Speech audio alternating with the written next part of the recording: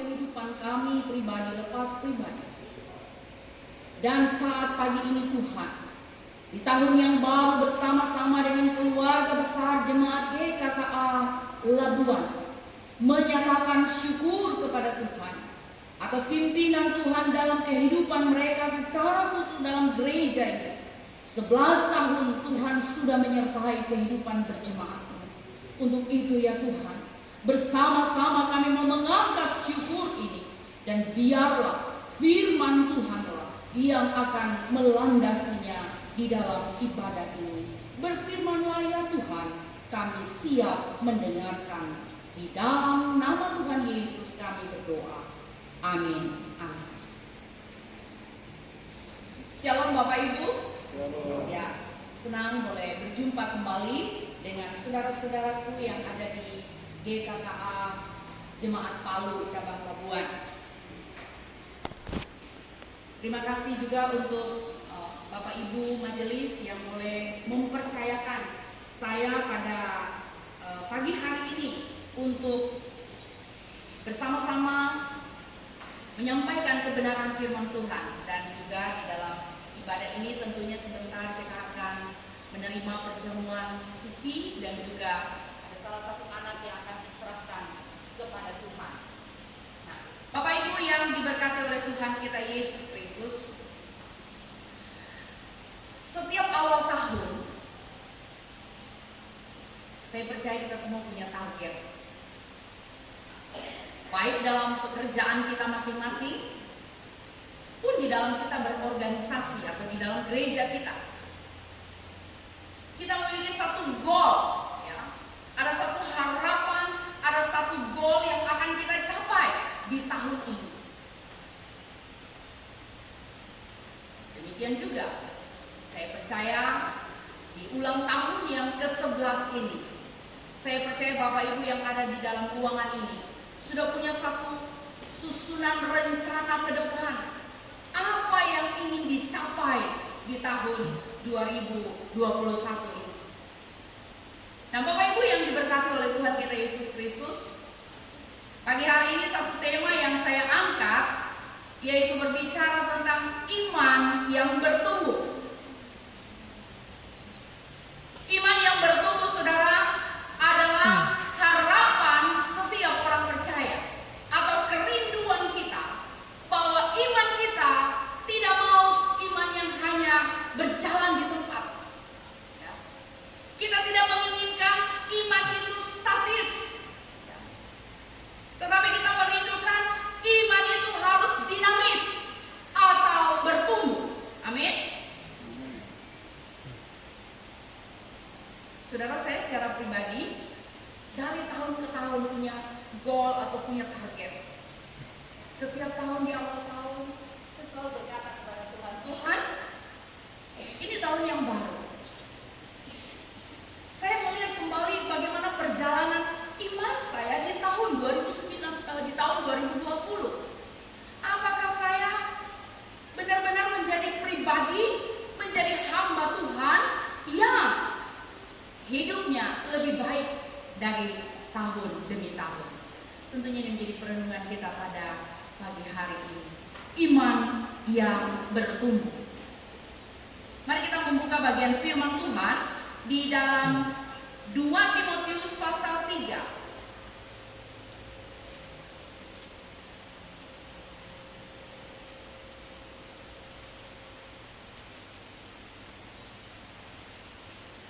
2 Timotius pasal 3 ayatnya yang ke-10 hingga ayatnya yang ke-17. Bapak Ibu, untuk menghormati firman Tuhan ini, kita akan membacanya dengan cara berdiri. Mari Bapak Ibu kita berdiri.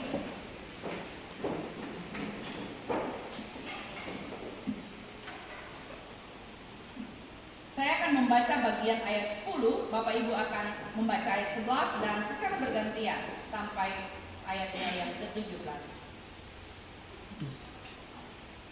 Iman bertumbuh dalam penganiayaan dan dalam pembacaan kitab suci.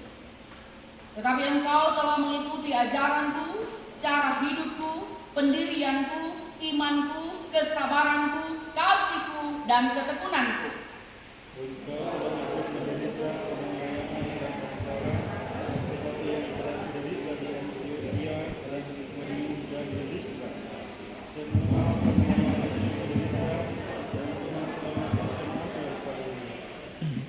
Memang setiap orang yang mau hidup beribadah di dalam Kristus Yesus akan menderita aniaya.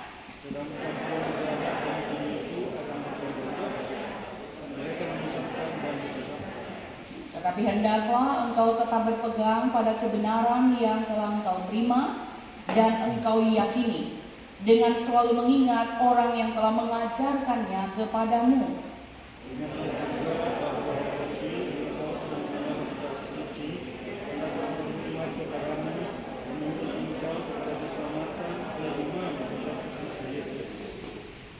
Segala tulisan yang diilhamkan Allah memang bermanfaat untuk mengajar, untuk menyatakan kesalahan, untuk memperbaiki kelakuan, dan untuk mendidik orang dalam kebenaran.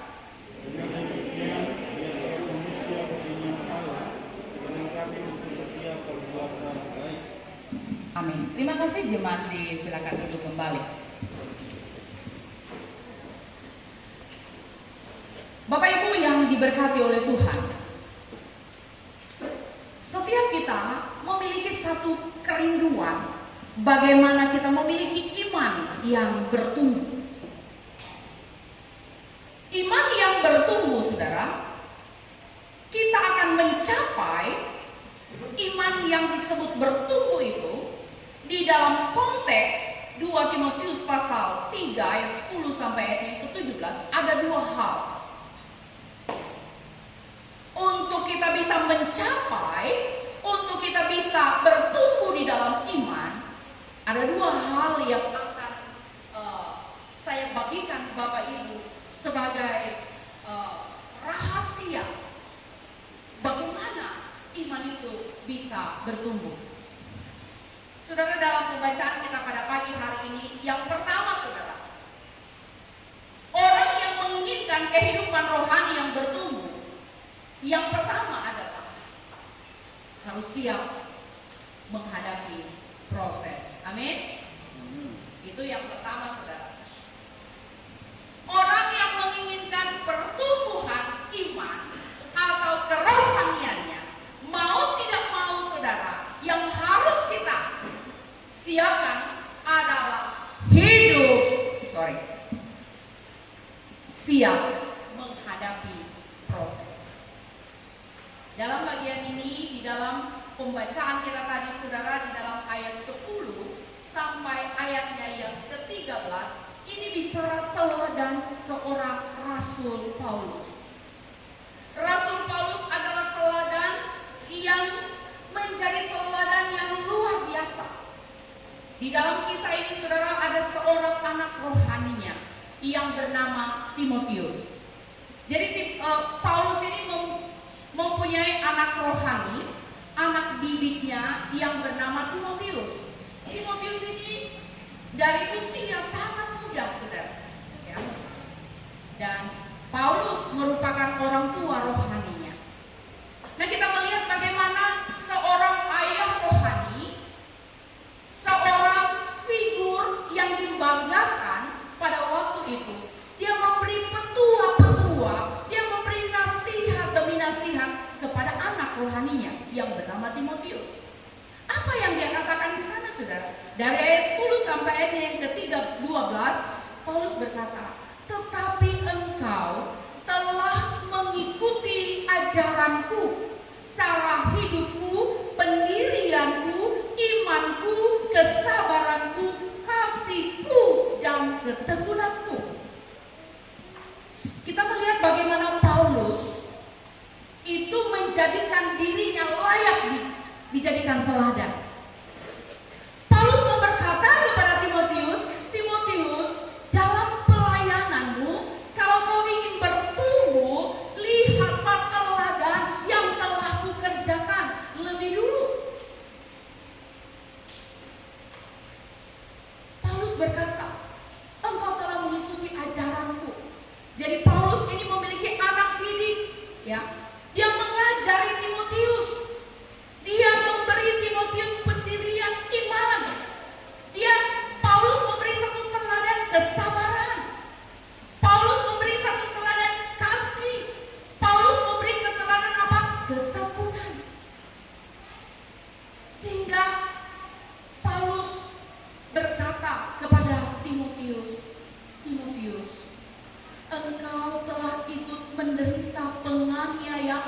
dan sengsara seperti yang telah kuderita di Antiokhia. Jadi di sini saudara, apa yang Paulus mau katakan kepada Timotius? Paulus mau mengatakan begini saudara, Timotius anakku, Timotius anak didik di dalam rohani, saya mau mengatakan kepadamu, kalau kau menghadapi pelayananmu, kalau kau ingin bertumbuh di dalam pelayananmu, kau harus siap menghadapi proses demi proses. Timotius harus siap menghadapi proses demi proses kehidupan. Tidak ada cara lain saudara. Orang yang menginginkan pertumbuhan itu harus melewati proses demi proses kehidupan itu sendiri. Paulus berkata, engkau telah menderita, ikut menderita. Rupanya saudara, waktu dalam pelayanan Timotius ini waktu ikut Paulus, dia juga ikut ke bagian penderitaan saudara. Waktu mereka memberitakan Injil, bagaimana Paulus di Antiokhia dikatakan, di Ikonium, di Listra, Paulus itu mengalami penolakan. Paulus itu dilempari batu. Paulus itu disiksa, dianiaya hanya karena berbuat baik. Tetapi Paulus tidak pernah mundur selangkah pun. Amin. Ketika Paulus menghadapi penderitaan, ketika Paulus menghadapi proses hidup, Paulus tidak mundur selangkah pun. Sehingga teladan inilah, gairah inilah yang dia berikan kepada Timotius. Dia berkata, Timotius, lihatlah teladanku. Aku telah melewati semua penderitaan itu. Aku telah melewati penganiayaan. Engkau pun telah menderita, Timotius. Lalu Paulus berkata di dalam ayatnya yang ke-12, memang setiap orang yang mau hidup beribadah di dalam Kristus Yesus akan menderita aniaya. Saudara, pada zaman itu saudara, pada zaman ayat ini dituliskan oleh Rasul Paulus, setiap orang yang mau beribadah di dalam Kristus akan menderita aniaya. Rupanya pada masa itu saudara, orang yang mengaku mengikut Kristus, orang yang mengaku beriman kepada Kristus itu lebih rentan dengan penganiayaan pada zaman itu. Sehingga surat ini berkata, memang setiap orang yang mau hidup beribadah di dalam Kristus harus siap menderita aniaya. Saudara, orang Kristen itu tidak dijanjikan percaya kepada Yesus, hidupnya enak-enak saja. Tuhan tidak pernah berjanji waktu kita percaya kepada Yesus, kita akan terus mengalami berkat. Tidak saudara.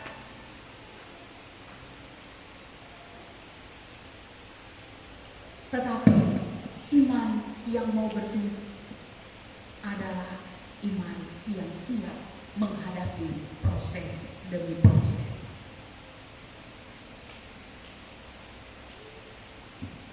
Hari ini gereja cabang Labuan berulang tahun yang ke-11 tahun. Setiap kali kita rapat di Palu, ada Ibu Rita sebagai ketua majelis dan kawan-kawan. Apa yang selalu didoakan saudara sampai hari ini? Izin membangun. Ini tidak mudah saudara. Ini merupakan tantangan gereja. Kadang-kadang kita berkata, kenapa Tuhan? Sudah 11 tahun.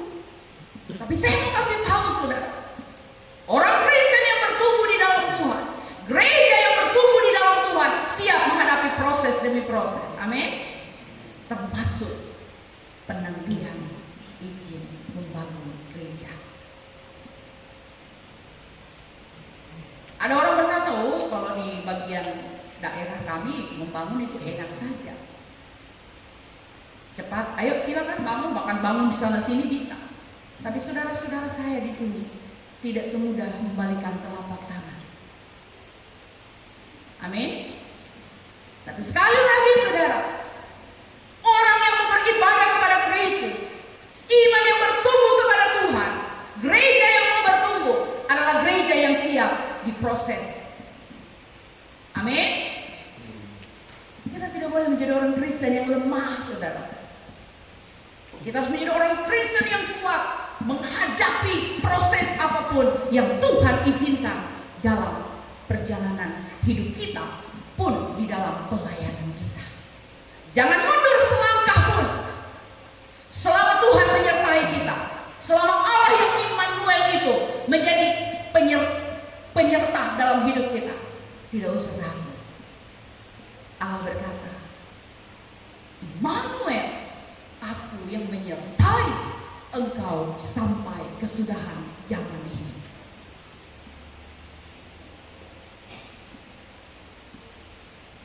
Yang kedua,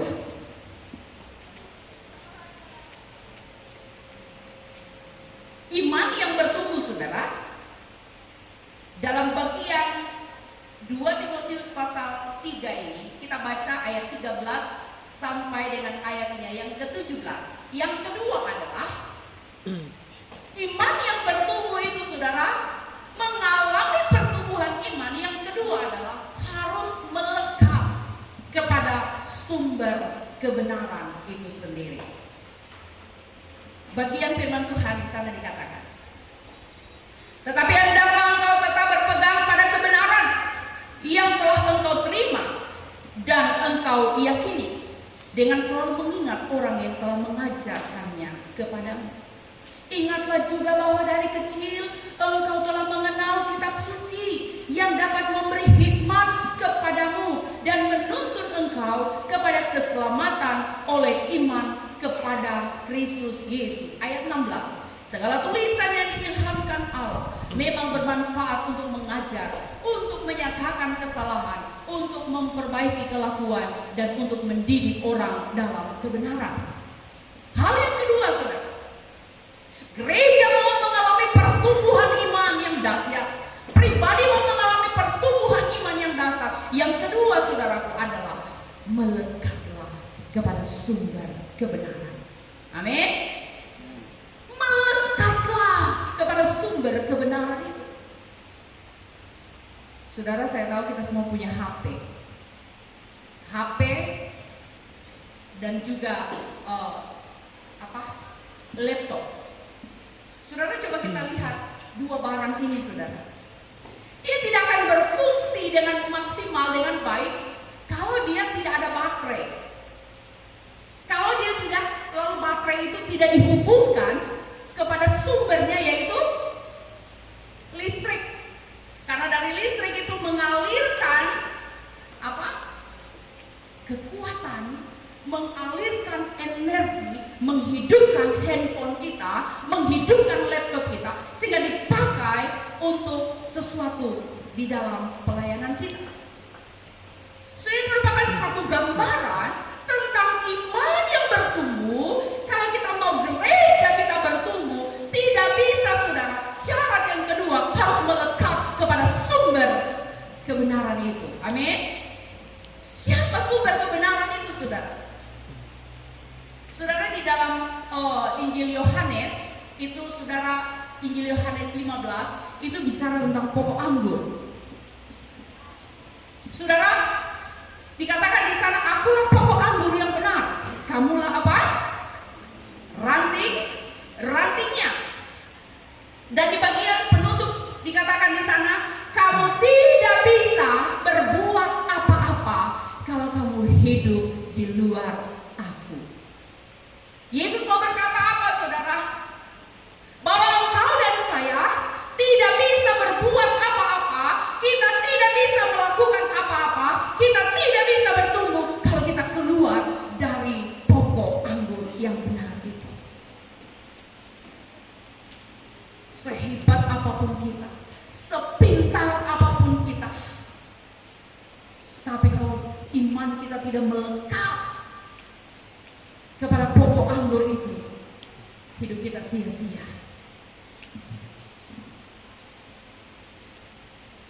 Saudara yang diberkati oleh Tuhan kita Yesus Kristus, Dikatakan di dalam Alkitab, di dalam ayat 16, segala tulisan yang diilhamkan Allah memang bermanfaat untuk mengajar, untuk menyatakan kesalahan, untuk memperbaiki kelakuan, dan untuk mendidik orang dalam kebenaran. Di sini Paulus menasihati Timotius. Timotius, anak rohaniku, saya mau kasih tahu engkau, peganglah kebenaran, bersandarlah kepada kebenaran, hiduplah dalam kebenaran. Kebenaran firman Tuhan. Paulus yakin benar, kalau Timotius tidak hidup berpegang kepada kebenaran, Timotius tidak akan mengalami pertumbuhan. Timotius akan gagal menjadi hamba Tuhan. Paulus menasihati Timotius, anakku, ingatlah dari kecil engkau sudah mengenal kitab suci. Saudara yang diberkati oleh Tuhan, Paulus mau mengatakan saudara bahwa sumber kebenaran itu adalah Kristus. Lalu di mana kita bisa melihat siapa Yesus Kristus? Di mana kita bisa mengenal Yesus Kristus? Ya melalui Alkitab loh saudara. Kita tidak bisa mengarang, kita tidak bisa berandai-andai. Banyak orang sekarang pintar membahas tentang Tuhan Yesus, tetapi kehidupan sehari-harinya dia tidak bergaul dengan firman Tuhan. Dikatakan di dalam ayat 16, segala tulisan diilhamkan Allah untuk bermanfaat. Itu bermanfaat. Ini artinya apa? Paulus mau kasih tahu Timotius bahwa jangan lupa merenungkan firman Tuhan baik siang maupun malam. Ini adalah sumber kebenaran saudara. Karena di dalam ini mencatat, menuliskan siapa Yesus yang saya dan saudara sembah. Kita harus melekat kepada sumber kebenaran, belajar firman Tuhan, menggali firman Tuhan. Iman yang bertumbuh saudara adalah melekat kepada sumber kebenaran itu sendiri. Dikatakan dalam Roma 10 ayat 17, iman timbul dari pendengaran. Pendengaran akan apa? Firman Tuhan Yesus Kristus. Iman itu akan timbul, iman itu akan bertumbuh dari pendengaran. Mendengarkan firman Tuhan. Iman itu akan bertumbuh ketika firman Tuhan ini kita renungkan, kita baca di dalam hidup kita. Bergantung kepada kebenaran. Firman Allah ini sangat luar biasa.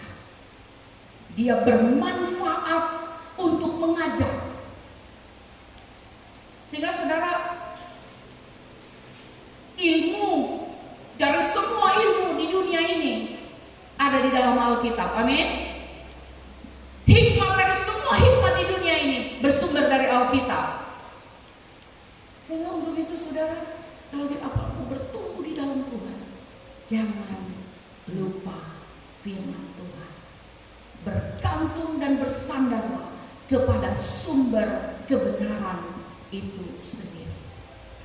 Sebagaimana Paulus menasihati Timotius, Timotius anak didikku,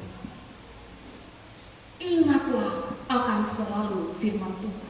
Dari kecil engkau sudah mengenal kitab suci yang memberi engkau hikmat. Ingat baik-baik saudara, Alkitab ini memberi kita hikmat saudara. Ketika kita kekurangan hikmat, minta hikmat. Belajar dari firman Tuhan, pasti Tuhan kasih. Amin.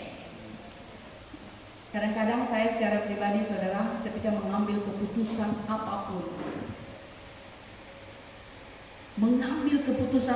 duduk sejenak di hadapan Tuhan, baca firman Tuhan, renungkan firman Tuhan, apa yang Tuhan mau katakan dan berbicara kepada kita.